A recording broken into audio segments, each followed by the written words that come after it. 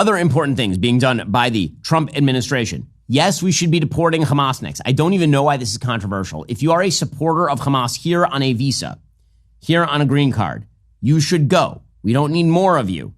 I'm confused as to why this is even an issue. Again, we're not talking about American citizens who are participating in speech we don't like. We are talking about people who are here as guests of the United States or trying to earn their way into citizenship. This notion that they magically ought to be treated exactly the same as natural-born American citizens or people who have already earned their citizenship is like, if that's the case, then why do we even have immigration standards at all? Maybe we just shouldn't. Maybe being a terror supporter should just not be on your immigration application. This is all absurd. Marco Rubio had the best response to this yesterday. Secretary of State Rubio has invoked his power as the Secretary of State to say that this guy is a foreign policy threat, which he's a member of a group that actively called for armed uprising against Western civilization. Here is Secretary of State Rubio yesterday. When you come to the United States as a visitor, which is what a visa is, which is how this individual entered this country, on a visitor's visa, okay, you are here as a visitor. We can deny you that visa. We can deny you that if you tell us when you apply, hi, I'm trying to get into the United States on a student visa. I am a big supporter of Hamas, a murderous, barbaric group that kidnaps children, that teenage girls, that takes hostages, that allows them to die in captivity, that returns more bodies than live hostages. If you tell us that you are in favor of a group like this, and if you tell us when you apply for your visa, and by the way, I intend to come to your country as a student and rile up all kinds of anti-Jewish student, anti-Semitic activities, I intend to shut down your universities. If you told us all these things when you applied for a visa, we would deny your visa. I hope we would. If you actually end up doing that, once you're in this country on such a visa, we will revoke it. And if you end up having a green card, not citizenship, but a green card as a result of that visa while you're here in those activities, we're going to kick you out. This seems inarguable, and yet Democrats are somehow finding a way to argue with all of this. The lawyer for Mahmoud Khalil read a letter from Mahmoud Khalil's wife yesterday suggesting he had been kidnapped. Oh, the irony. Oh, the irony of a man who cheers for actual kidnappings by a terrorist group claiming he has been kidnapped because the legal process is now kicking him out of the country for being a supporter of that terror group. My husband was kidnapped from our home, and it's shameful that the United States government continues to hold him because he stood for the rights and lives of his people. I demand his immediate release and return to our family. His disappearance has devastated our lives. Every day without him is filled with uncertainty, not just for me, but for our entire family and community. I'm sorry, the family of Idan Alexander, the American citizen being held in Gaza by Hamas, would like to have a word. I've yet to see the Democrats tweeting out free Idan Alexander, an actual American citizen being held by an actual honest-to-God terror group, kidnapped into Gaza. And yet here we have this lawyer for the wife reading a letter in which she claims that he was kidnapped. Nope, that's called the legal process taking place. Right now, Khalil is being held in Louisiana pending deportation.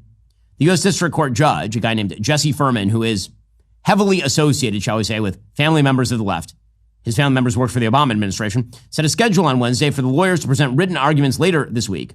He said his order to keep Khalil in an immigration detention facility in Louisiana was due not to the merits of any arguments, but to provide time to address the important issues his case raises.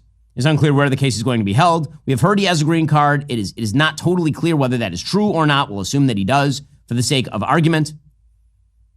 Again, well, the real question in all this is how this guy got in the country in the first place. Like, who is actually analyzing the student visas? Who decided that America desperately needs someone who worked for the UNRWA in the United States to study at the Columbia School of International and Public Affairs, where apparently his only job was to agitate on behalf of Hamas? Amazing stuff. We'll get to more on this in a moment. First, imagine a terrible scenario where you or your loved ones face a threat. Now, your first instinct might be to resort to lethal force, but it's crucial to consider a safer, less lethal alternative first to avoid legal complications associated with firearms in a lot of states these days. Introducing Byrna. Byrna's less lethal pistol launcher is equipped with tear gas and kinetic ammunition designed to incapacitate an attacker for up to 40 minutes, providing a critical window for you to escape or get help while minimizing the risk of permanent harm. Here's a real-life account from a Berna customer named Adam. He was heading to his night shift. He encountered a road-raging driver who swerved dangerously, stopped abruptly, and aggressively approached him. Remaining calm, Adam dialed 911 and armed himself with his Berna launcher. He aimed the laser at the aggressor's chest, which immediately de-escalated the situation. The driver returned to his vehicle and awaited the police. The officers confirmed that Adam's non-lethal response was perfectly judged. That night, Berna did not just prevent a potential tragedy, it saved 2 lives without causing any physical harm. Berna is legal in all 50 states, requires no background checks, and can be conveniently shipped directly to your door. Over 500,000 units have been sold already. Thanks to Berna for sponsoring this video. And if you haven't yet, go check out last week's episode of Ben After Dark on Daily Wire Plus, brought to you by Berna. Meanwhile, Democrats embracing him full scale. A person who may in fact become the next mayor of New York, this person apparently is running second in polls to Andrew Cuomo right now, a person named Zohran Kwame Mamdani, went to an event yesterday at which border czar Tom Homan was, and he started trying to yell at Tom Homan. So first of all, I do like the hold me back element of this. Hold me back. If he got within an arm's length of Tom Homan would eviscerate him. Tom Homan is one of the scariest people I've ever been in a room with. We were in a room with him last week, and he is simultaneously one of the nicest people and one of the scariest people you will ever meet. Here is Zohran confronting the Trump border czar over his immigration policy, including the policy surrounding Mahmoud Khalil. How many more New Yorkers? How many more New Yorkers will you detain? How many more New Yorkers without trial? Do you believe in the First Amendment? Do you believe in the First Amendment, Tom Homan? Yeah, hold him back. Hold him back. Okay, if Democrats want to do this, I guess they can do this all day long. Meanwhile, negotiations continue over the possibility of Ukraine-Russia ceasefire. As noted yesterday, the Ukrainians have embraced the idea of a 30-day ceasefire without preconditions at this point. They're hoping to negotiate for the return of their children, their actual kidnapped children. Kids have been kidnapped from Donbass and Crimea and sent back into Russia and placed with families who are not their own. Actually, I mean, it's horrific.